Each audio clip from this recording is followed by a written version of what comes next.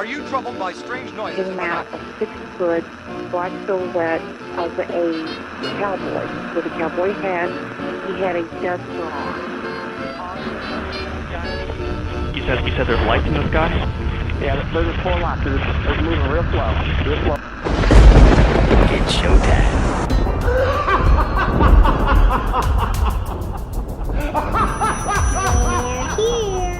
The Emit Blackwell Show, diving into the creative minds of sci-fi, horror, fantasy, and paranormal authors. Their fantasy is our reality.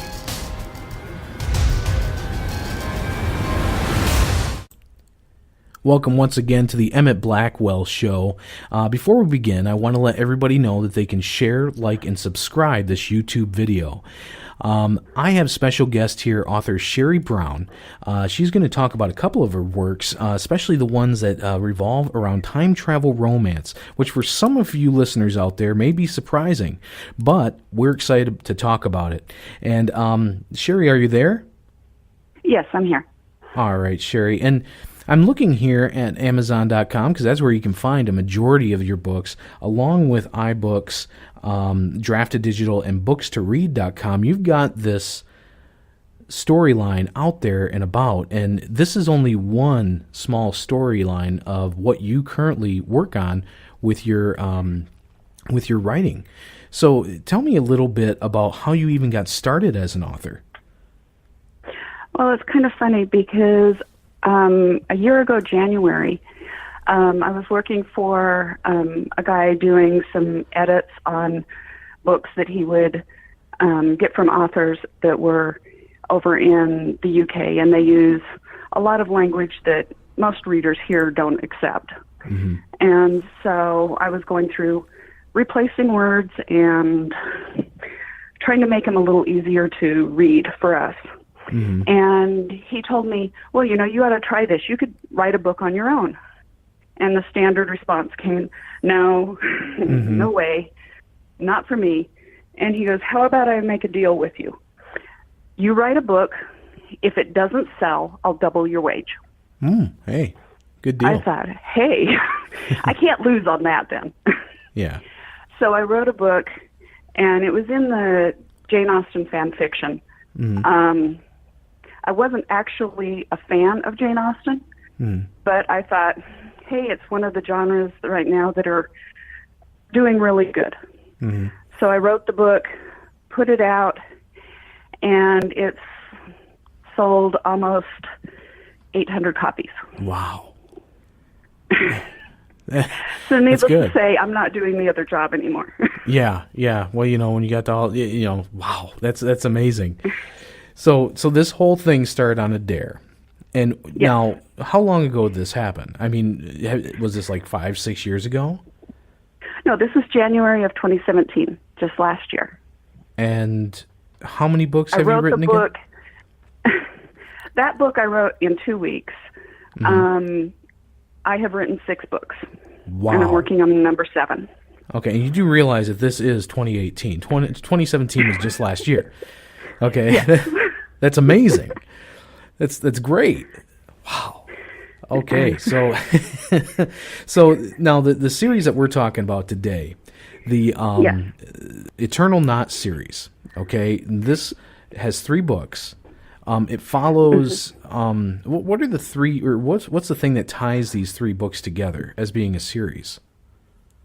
Well, they're all based off of a necklace that is created and found, and it has properties to transport the wearer to their soulmate, wherever their soulmate may be. Okay. And so that's what ties them all together. All right. And for anybody who's out there listening, like I said before, time travel used to be specifically sci-fi, but this is a time travel romance. And if you haven't seen it, for example, one good example is The Time Traveler's Wife. Very good movie, very good story, but it was strictly a romance. And you've done the same thing with this one, Sherrie, that not necessarily the same thing, but you've pulled that genre in as a sci-fi romance, which our sci-fi fans are just going to love. Okay, so I mean, it's a great idea. I like it. I like it a lot. And It's fun to write. yeah, I bet it is. And so now the latest one, Samantha. Yes. This one is book 3, and what does that one deal with? This one, Samantha gets drawn back into 800 AD into Viking time. And so she has to learn how to deal with a whole other culture. Mm-hmm. And luckily for her, the time travel device also works as a translator. Oh, so Because then, like, at that time they spoke Old Norse, mm-hmm. which a lot of the words are not the same, but I found out in my research that we still use a lot of the words from the Old Norse language. Yeah. Like husband. Mm-hmm. Yeah. Which you wouldn't gather was an Old Norse word. Yeah, and the cool thing about this too, this series or this genre is that this is a little bit unique than just your normal romance novel. What type of romance would you consider this? It's considered a clean romance. Mm-hmm.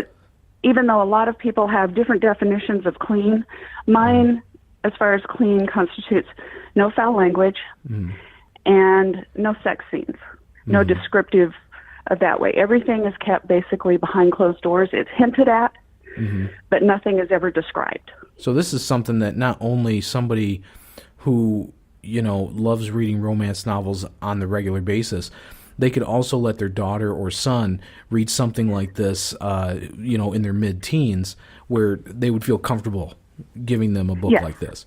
Okay. I actually have a young lady right now that I know that is 15 that's reading it, and she's loving it. Yeah. And just because her parents feel comfortable enough, they bought the book for her. Oh, well, that's so that great. made it easy. And talking on Samantha, would you mind if we read an excerpt of that? Yeah, that would be great. All right. And from what you've told me earlier before the show, you gave me kind of an idea of what would be a great scene to talk about. And could you frame that scene about what we're going to be talking about here? I think it's in chapter 12.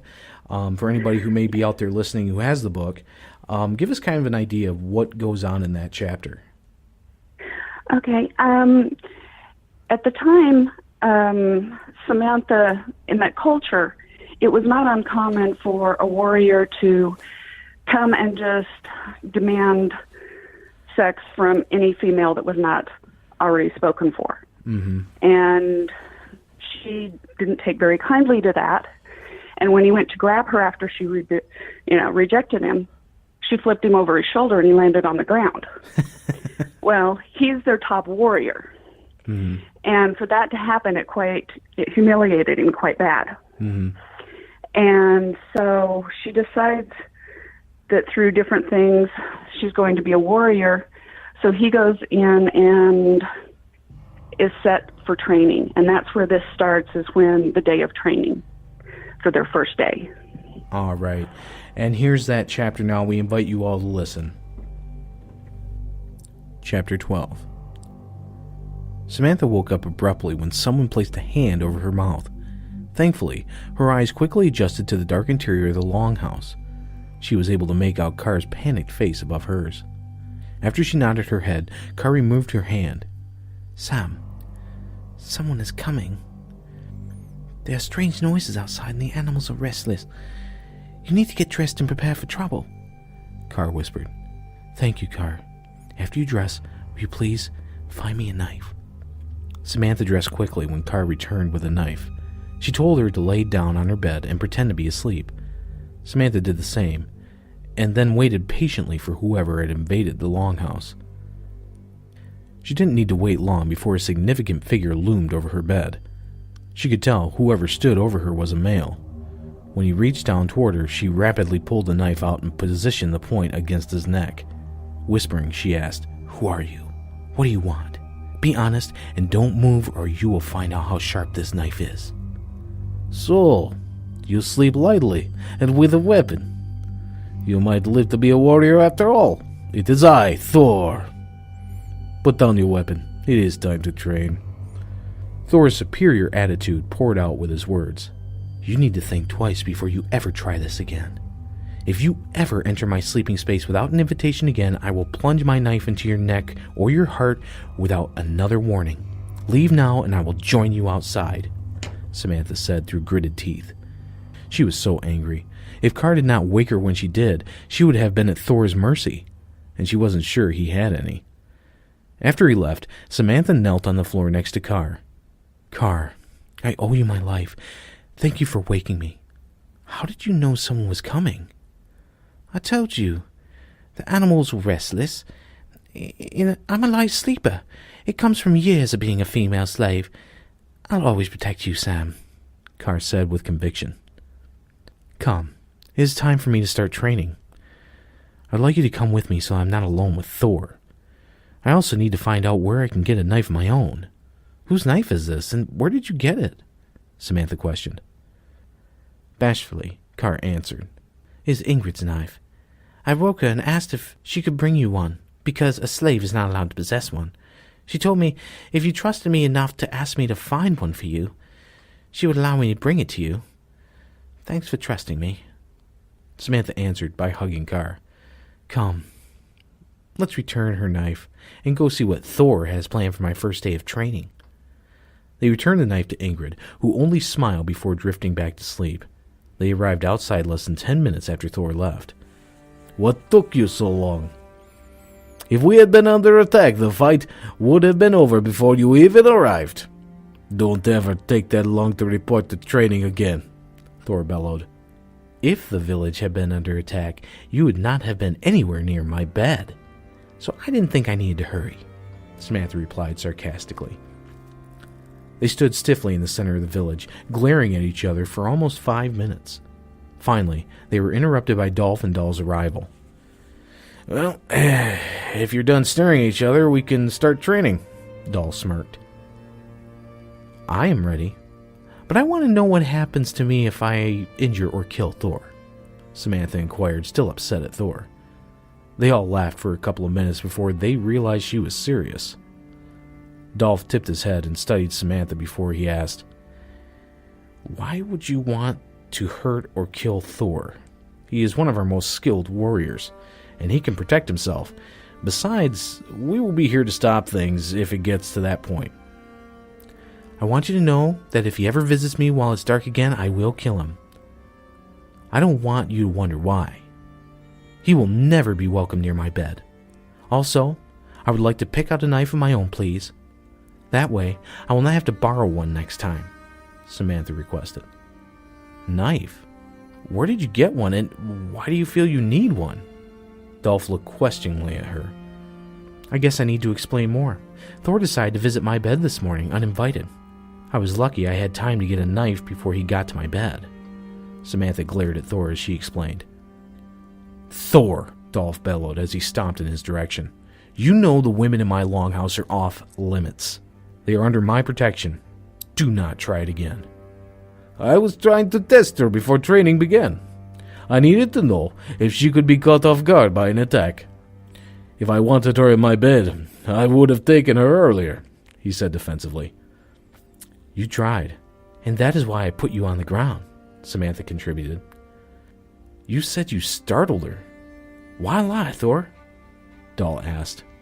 "How would you like to be turned down and then dropped on the ground? It's not something I wanted to admit," Thor said hotly. Dolph and Doll looked at Samantha. "What? He ordered me to undress him for Carr to leave. I don't take orders like that very well. Then he grabbed my arm when I refused, and you know what happens when you grab my arm. I thought we were going to train, not stand here and talk like a bunch of old women." Samantha sighed, frustrated. "Samantha, I needed to know what happened. I don't like contention between my warriors. We need to be able to fight as a unit. We take orders from those in charge. That way, we can all work together. Do you have a problem with taking orders?" Dolph asked. "No, I have no problem with orders related to fighting or work, but I do have a problem with them when it comes to my personal relationships, or being ordered to do something against my beliefs. Ordering me to undress fall into that area? Do you have a problem with any of that?" Samantha looked directly at the men with an icy stare. "She's got a lot of fire in her," Doll laughed, and soon all three men were laughing. "What is so funny?" Samantha demanded. We've never met a woman as determined as you are. One who is willing to stand up to 3 warriors and make demands without hesitating. If I didn't know better, I would say you were raised as a warrior. Dolph shook his head and then continued. You are brave and unafraid of standing up to those around you. You have chosen to pull a knife on 2 warriors now. You can shoot lightning out of your hands and flip men over your shoulder. I think you will be an incredible warrior when you have been fully trained. Let's start. Finally, and you might as well call me Sam, Samantha sighed. Sam, they all muttered at the same time, causing Sam to smile. They started with easy drills, trying to find out what she already knew related to fighting. They stopped for a midday meal and continued into the evening. They finally finished training for the day when it was too dark to see clearly.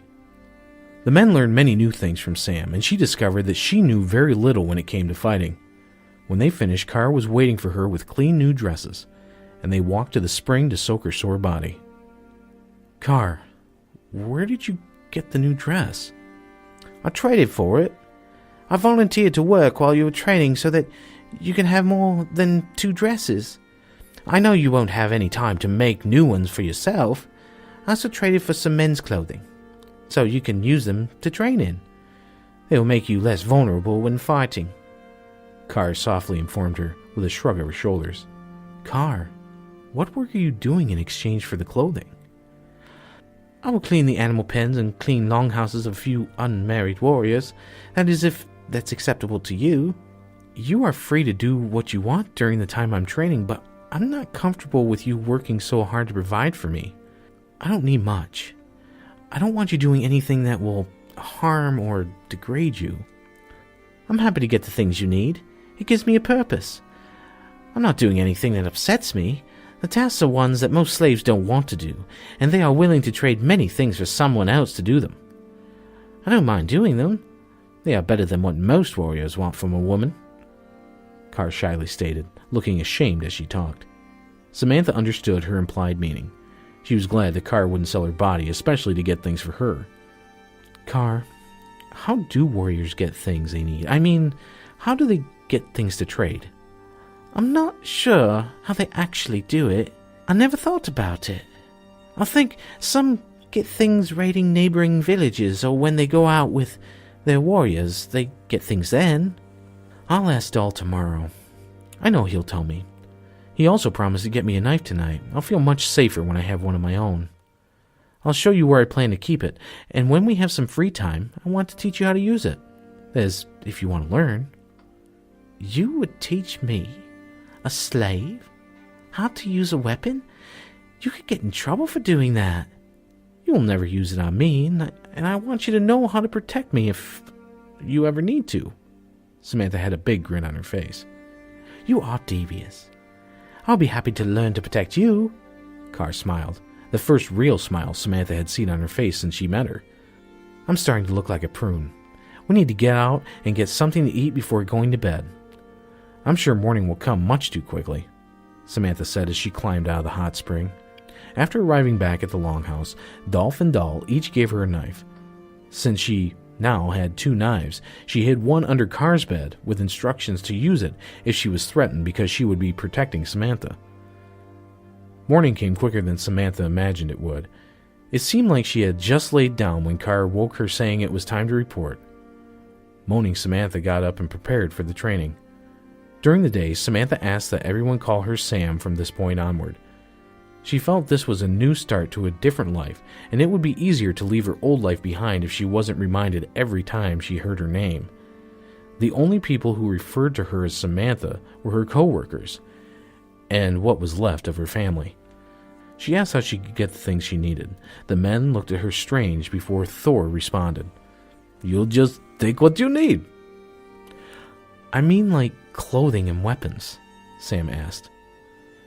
Your female family members provide clothing, and we make our own weapons, Dolph said before he realized she had no family members. I guess you are asking because you have no family to provide for you, do you? Since we moved you into our longhouse, we are your family. I will ask Heidel and Ingrid to make you more clothing, while Dahl and I will teach you to make weapons. I'm sorry we didn't realize you needed these items. How have you been getting what you need? Car has been taking care of my needs by working for others who need her while I'm in training. I hope I haven't done something that will get her in trouble, Sam asked cautiously. She must like you. Most slaves would just use time to rest or save what they trade for, so they could one day buy their freedom, Dahl volunteered. So you can buy your freedom? Yes, all slaves are given the opportunity if they are able to save enough to trade for their freedom. We are not heartless, Thor sneered. This made Sam wonder why Carr hadn't told her about that. More importantly, this gave Sam an idea. She could help Carr earn her freedom. How much does it take for a slave to earn their freedom? Sam questioned. For a slave like Carr, it would take more than others because of what her father did. She has to pay for the lives he took, Dahl frowned.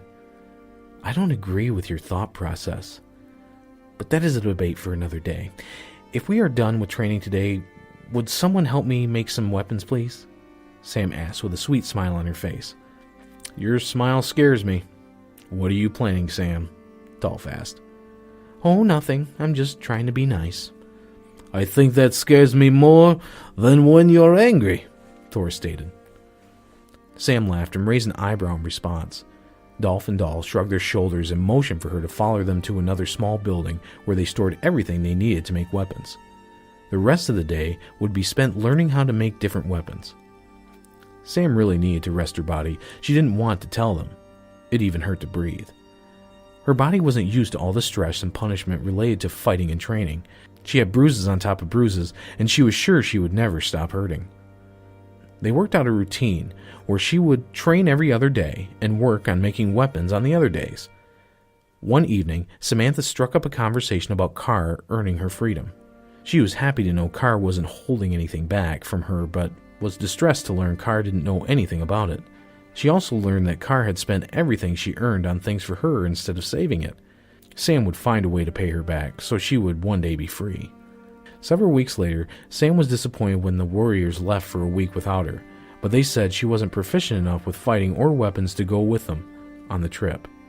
She would be a liability, and it could cost her or someone else their life. The warriors brought back coins and all sorts of household items. Sam tried not to interfere when they brought new slaves back into the village. However, she didn't hold back her feelings when they were poorly treated. She refused to be present for any of the punishments, insisting that people could be taught or disciplined without being abused. The weather gradually changed, and one morning it started to snow while they were training. Sam realized she must have been gone a couple of months now. When she asked, she found out that she had been in the village approximately 3 months. It was the end of November. Time flies when you're training and working your butt off, Sam thought to herself. Sam wondered again how her friends were, and if anyone else had found their soulmates. Unfortunately, the necklace still vibrated and hummed every day she trained next to Dolph and Dahl. The three of them had developed a close friendship, and she even earned Thor's respect. But at least she had not experienced any more episodes of lightning coming out of her fingers or the necklace glowing. Only time would tell what would happen in the future. And we're back, and what a good chapter. The strength of Samantha, very intriguing. And Sherrie, the strength, when it comes in a story like this, where does her strength come from? What has happened in Samantha's past that could possibly make her react the way she does and for the reasons that she does? Well, she doesn't like people taking advantage of her. Mm-hmm. And at the start of the book, she's in a relationship that she ends because the guy assumes too much from her. Mm-hmm. And she's outside of her apartment, and one of his friends actually comes and decides to attack her. And the attack is stopped by an off-duty police officer that's working as a security guard. Mm-hmm. And he prompts her to take self-defense courses. Oh. So she learns through that and builds a little bit of confidence in herself, mm-hmm. because she realizes somebody who's 4 foot tall, like some of those in the class, could flip a 6 foot man if they know what they're doing. Yeah. So she prides herself in learning all that she can to defend herself, Yeah, and which now, comes in handy when she's transported back. oh yeah, that would come in handy for any woman who's back in time. And the fact that you do have 2 other books, how does she differ between the other 2 books as far as characterization on this? Okay, the first book, King Roan, he is from about 3,000 years ago in the time frame when Stonehenge is being built. Mm-hmm. And I take that, it's somewhere around that time, Yeah. because we don't know exactly how many years ago it was, but that's my guesstimation. Mm-hmm. But he travels forward in time to our current time. Can you imagine the frustration it would be to be someone who isn't even familiar with indoor plumbing? Oh, yeah. To find all this stuff. He was handed a bottle of water and had no idea how to open it. Oh. So, and that's another thing, too, about this series is that you don't just focus on women. You focus on the male side of it, too, which is interesting because, like, you pull somebody who would be very confident. And, we can frame this any way you want, but a male can be as confident as they want to be in a situation that they feel confident in. But when they're pulled out of that and they are uncomfortable, that's when you start to really see who these people are. Right. Yeah. And it's one of those that confidence is for everybody. Mm-hmm. It's not just a male or a female thing. Mm-hmm. And that's what I try to portray in the books is, there are women in them that it shows that are not as confident. Mm-hmm. Yet they find confidence just by watching those who have confidence. Now, does that play a little bit into your confidence into just writing? Like when you first started? I mean, it might be a reflection. Yes, it does. All right. It plays a big part in that. Now, are you going to continue with the Eternal Knot series, or are you working on something else too? Right now, that's what I'm focusing on, and I have actually a total of 10 books planned for the series, and the reason being is because the last 9, so the first one other than King Roan, mm-hmm. are about 9 women that were foretold to be women that will help change the world mm-hmm. in some way. And each woman in her book is about how little things can change the world. Yeah, yeah. It might be something simple, such as in Raven, Book 2, she goes to 1823 Regency, England. And this one was fun because it's actually a takeoff of the Dream series mm-hmm. that I did to start with, because it features the same characters from Pride and Prejudice, which are Elizabeth and Mr. Darcy.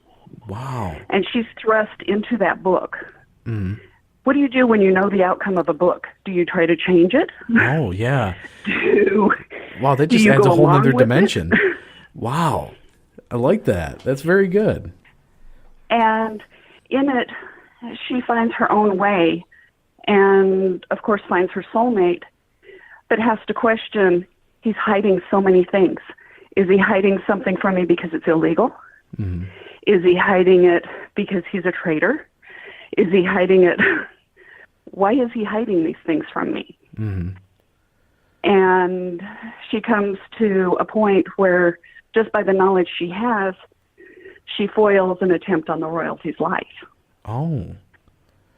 And the only reason she knew to go that direction was because she knew history and knew who the kings and queens of England were. Mm-hmm. And if this person died, there would not be that person later.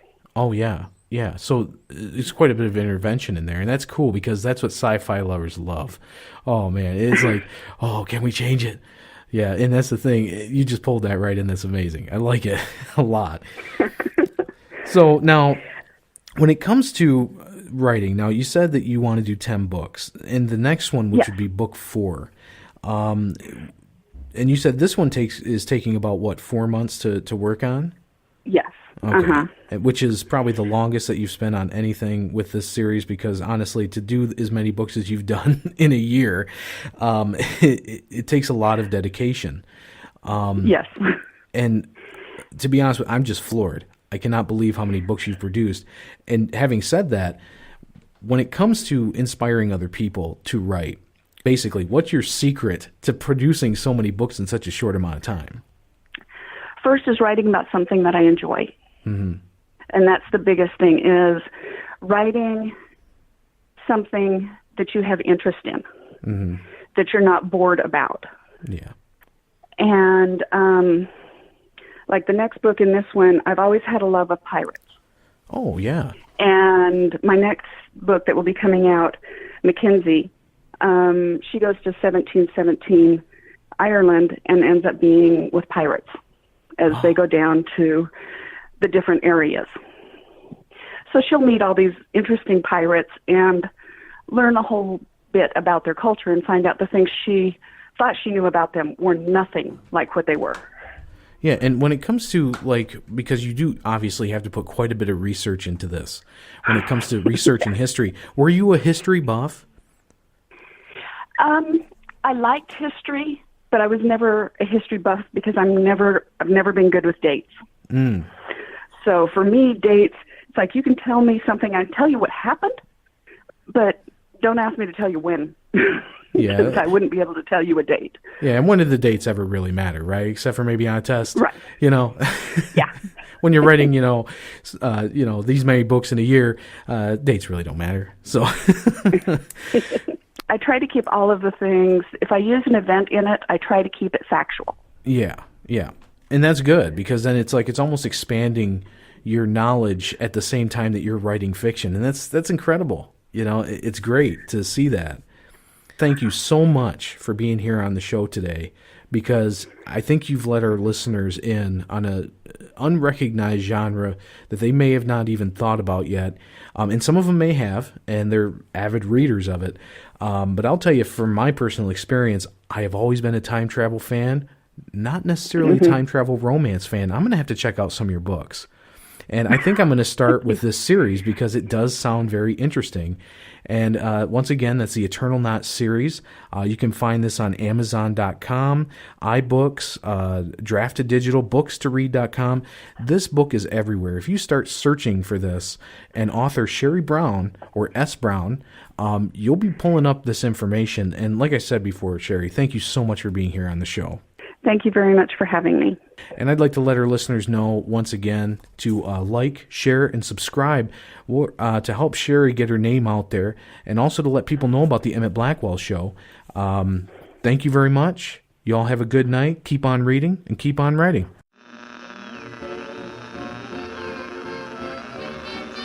Are you troubled by strange noises? Came out a 6-foot black silhouette of a cowboy with a cowboy hat. He had a duster on. You said there's lights in the sky? Yeah, there's 4 lights. It's moving real slow. Real slow. It's showtime.